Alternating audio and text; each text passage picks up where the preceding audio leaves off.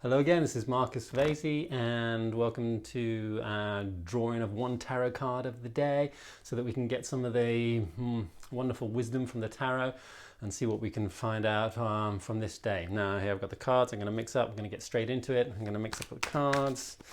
I've already prepared a little bit. I'm just going to see which card we're going to pick today. Okay, here we go. And, whoa. Okay, so take a look at this. So what do we got here? We got the 10. I'll turn it around so you can have a look at it. This is the right way up. This is the 10 of Swords. Yeah. Oh, another 10. We had a 10 yesterday, the 10 of Cups. Slightly different, this one. So this card actually came upside down as well. So we're going to make the reading for the upside down 10 of Swords. And in order to really understand upside down cards, we need to understand there's many different ways of reading it. So you have an upright meaning, which is the traditional meaning of the card. And the card meaning doesn't change when it goes upside down. It just gets translated slightly differently. So the meaning of the card still represents the same type of experience, but the upside down nature of it means something different to the reader in order for the message to give across. So there's many different ways to read upside down cards. I love upside down cards because for me it just opens the Pandora's box and you can just go a little bit crazy as far as how you choose to look at it. Traditional ways of looking at upside down cards is that the energy of this experience is on its way out, maybe. Sometimes you can look at the upside down cards as, hey, there's something you're in denial about as far as this experience is concerned that maybe not, you need to do a little bit of a 180 degree turn as far as your vision is concerned so that you can actually see what's really going on.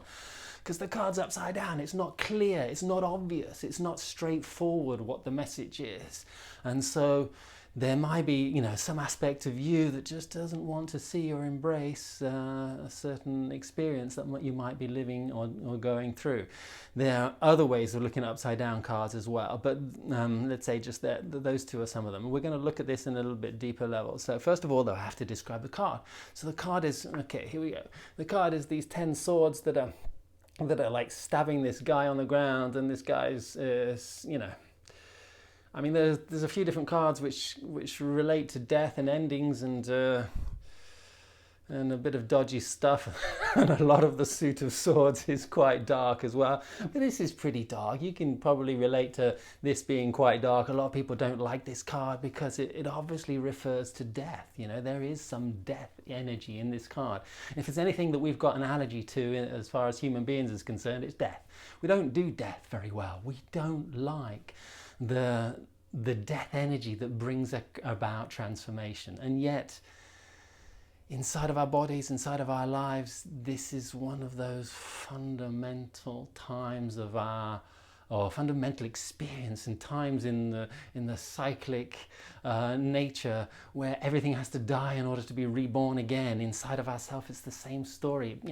600 million cells in your body die every day so that you can produce new ones and regenerate yourself and become a new person all the time. This is the positive aspects of death, and yet we really don't relate to death very well. We really don't like it. We have this big aversion and we have this big fear around it because there is a nature of the unknown around an experience of death where we don't know what's going to come next.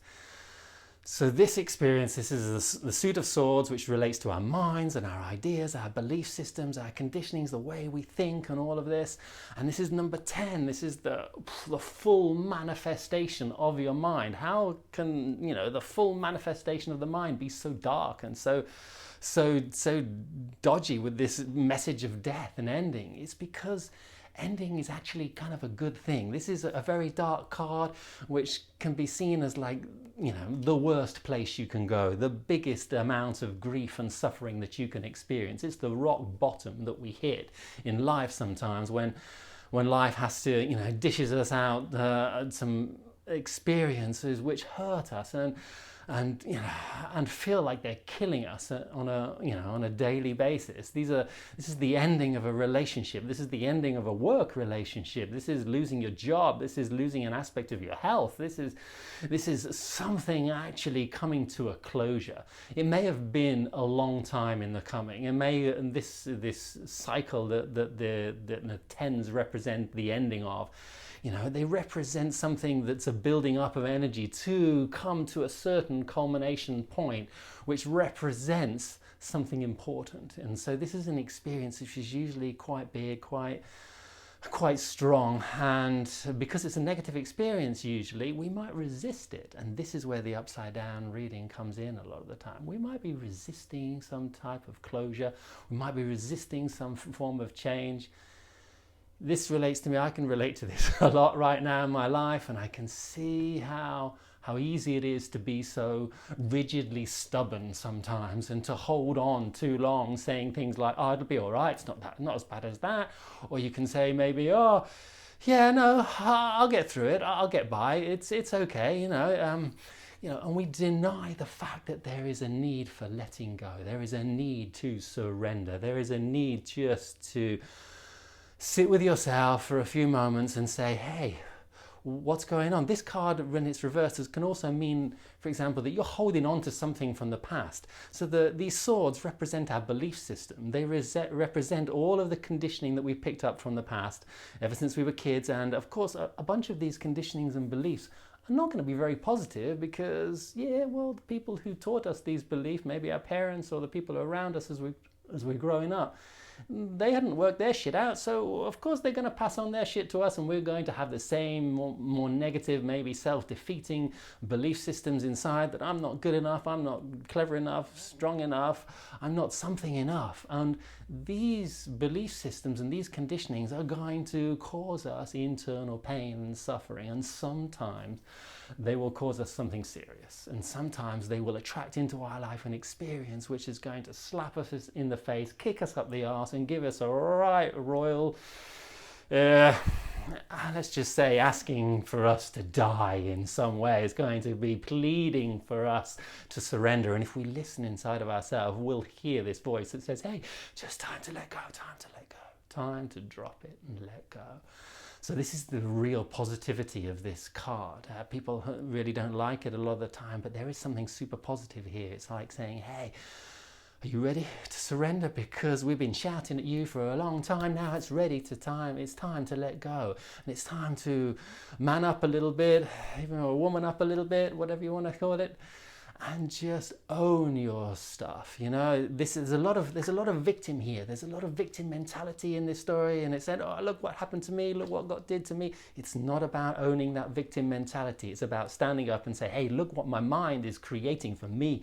Look how I can take my power back and start creating some more positive changes. Look at how I can accept, hey, I fucked up, I made a mistake, I did something wrong.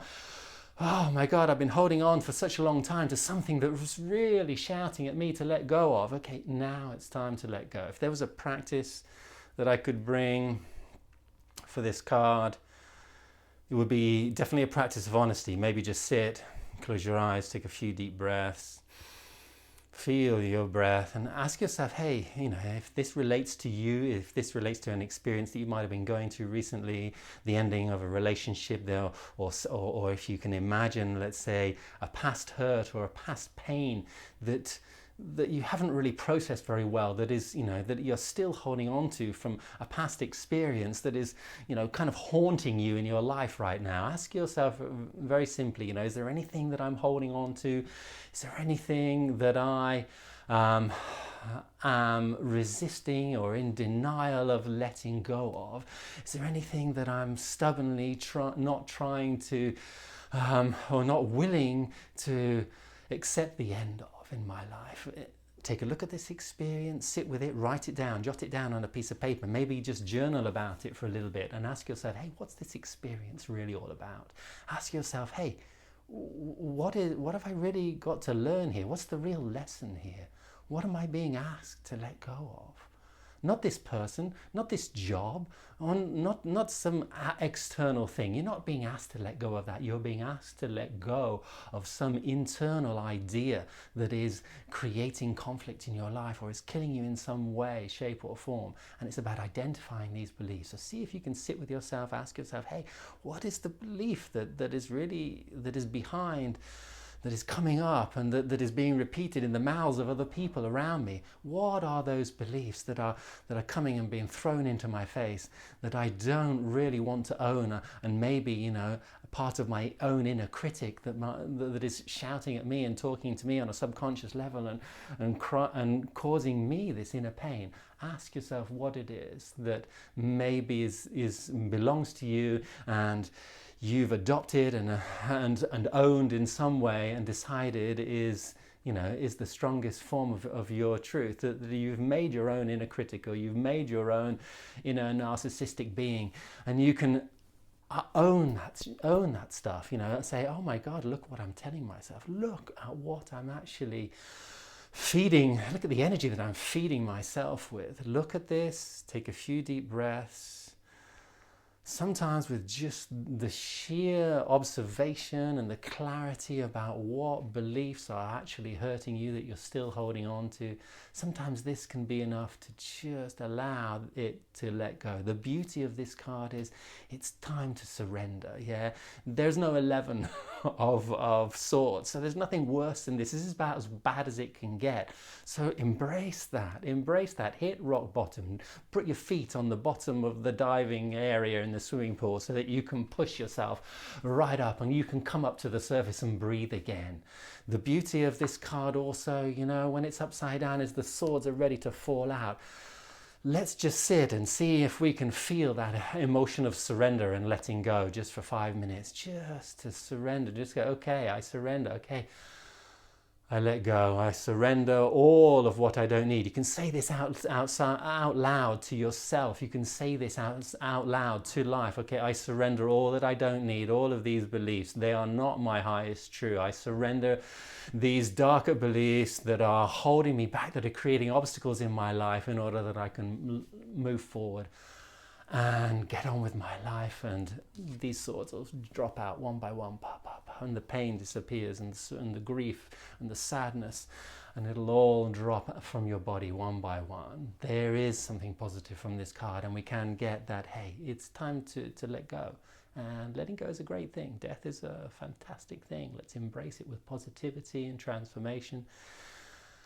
And if you like this more darker reading, or if you're related to it in one way or another, great, just leave a comment down below. Hey, thank you very much for all your comments, and thank you very much for the support that you've been giving me. It really touches my heart, makes me feel like enthusiastic to continue, and have a fantastic day, a wonderful day.